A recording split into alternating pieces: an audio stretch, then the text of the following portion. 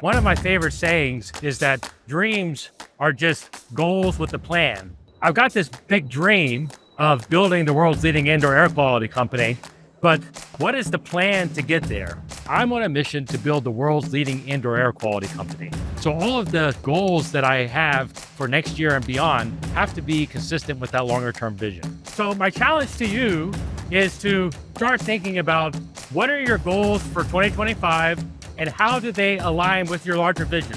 If you wait until the beginning of the year, January 1st, to say all of a sudden, oh, I'm going to start my planning process, you're too late.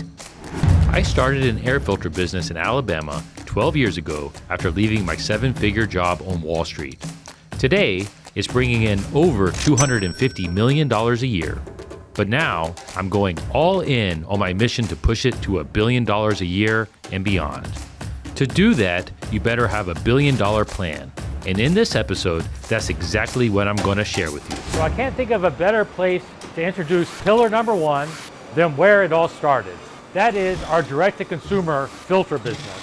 Here, we ship about 3,000 or so boxes a day of air filters, direct from here, which is our manufacturing facility in Alabama, to homes and businesses throughout the Southeast.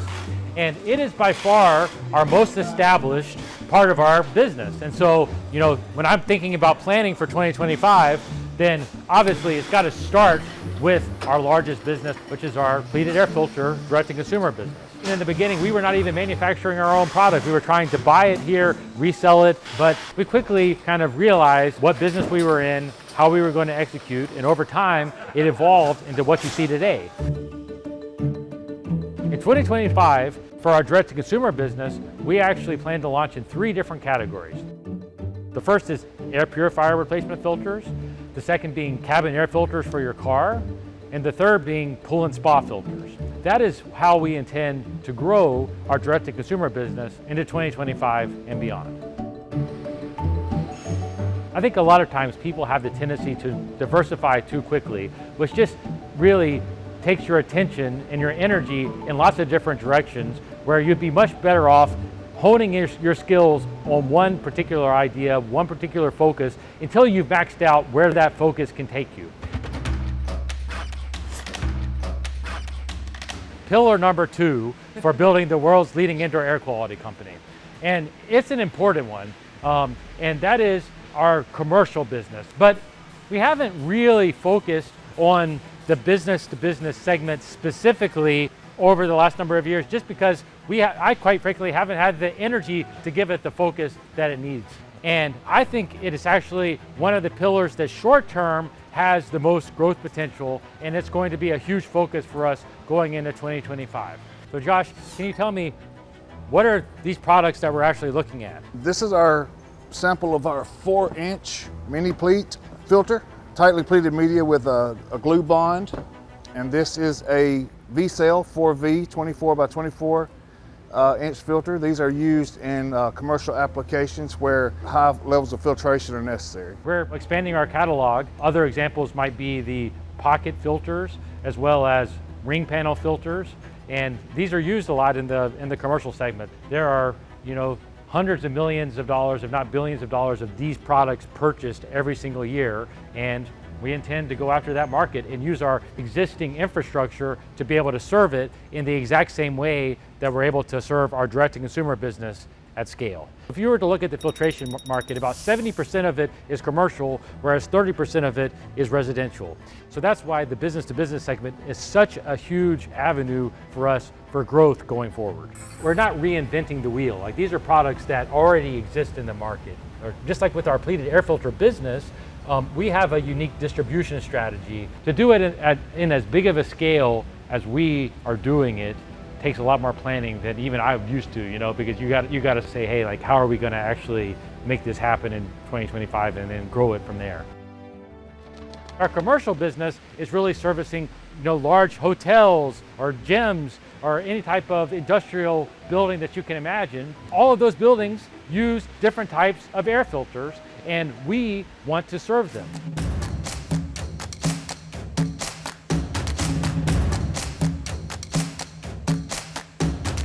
As big as e-commerce has gotten in the last decade or so, e-commerce only makes up 16% of total sales. So that means that 84% of transactions still happen in stores. And that's why, for us as a business, pillar number 3 is retail. Because if we want to be the leading indoor air quality brand, we're going to have a retail presence to be able to reach those customers. So we actually, 2 months ago, started shipping into Walmart stores for the first time. And I think that that is just going to be the seed that is going to grow into a very large retail business for us. Is this a month's worth of inventory for them? This is probably about a week's worth of inventory here. You're shipping this much a week to Walmart? Yeah, it's been pretty substantial. I mean, 20,000 filters a week is kind of that's what more than we're settling in on. That's sort of that's an more than average, I realized. Yeah. I thought it was half that. Yeah. And that's a lot. Being able to go in and see the whole shelf, of our Filterbuy green with all of our new branding, seeing that actually in the shelf, really makes me proud. And, I think it's just, a great representation for our brand. We can use the same model and the same learnings here to be able to scale that, and it won't be so hard next time around. I like to tell the team we build the plane as we fly it. We build the plane as we fly it.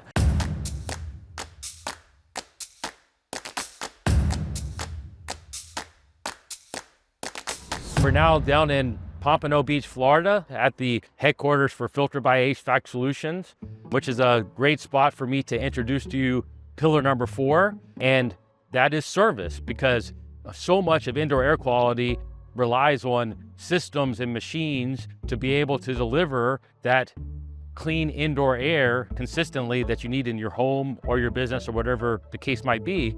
Service for indoor air quality runs the gamut, and we intend over a long period of time to expand our footprint, but for now we're focused on the residential HVAC service market, and that's what we're planning for today. This is our most nascent pillar, but the one that has the biggest potential. So it's an interesting place to be, because it's an exciting place to be. It's an exciting place to be, and once we figure it out, I think we both think it can really scale. Absolutely. In a big way, but we're still kind of getting our sea legs a little bit. We know that we can offer the services for less money because we can shrink down our marketing budget, which means the customer ends up winning in a big way too. The other thing that I'm excited about is how we're able to go into a retirement community with lots of houses or a condo complex and give them really good deals to be able to service every one of the units or every one of the homes in that community, because if we know we're going to be there, we can do more in one day and actually pass those savings on to customers. So we realized this really, I think, in the start of this year when we started to offer some truly phenomenal deals to one of the many retirement-oriented communities here in South Florida. We realized that if we were doing 5 installs at a time, 10 installs at a time, 20 installs at a time, that there were amazing efficiencies we could realize on our side, and we could give those savings back to the customers. These 4 pillars are my pathway to turning Filterbuy into $1 billion a year business. But a pathway isn't enough. You've got to have a solid plan. For that, I've brought in new experts to focus in on areas essential for our future expansion.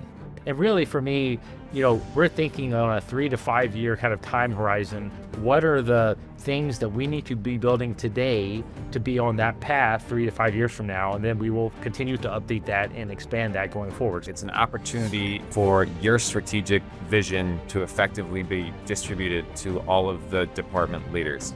They're in agreement on that, and so they have incentive to drive for that. They view it as realistic, they view it as achievable, and so it just gets buy-in across the organization and then allows you to drive towards a financial outcome that you have desired.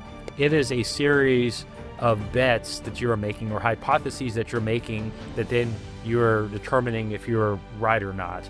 And the key, if you can, is to keep your bets small, but repeat them often. And then as things are working or as things are winning, that is where you actually lean into it, right? But the only way that I'm able to do that is by having people like Spencer that are going to keep what we already have built running at the level that it needs to be and continue investing in that and making sure it continues to flourish, while I go out there and they always hear me say, grow the pie for everybody, because that is ultimately what I view as my highest and best skill. Next few weeks, I'm going to take you behind the scenes as we're doing that planning with each of those departments, so that next year we can walk you through and share that process and share our wins and losses all on the way as we're doing it. That's a wrap for this week. We're operational planning, and we'll be ready to hit it hard again next week. And so we'll see you then. Don't forget to subscribe, because next week I'm taking you behind the scenes of what it takes to build a $1 billion sales team and why it's just as difficult as it sounds. So what are you most excited for next year in 2025? I'm excited about growing the business from 14 million this year to 24 million next year or thereabouts. 24. Oh, I thought 23 was your target. 23. We have him on record for 24. We'll use this in the New Year's episode. But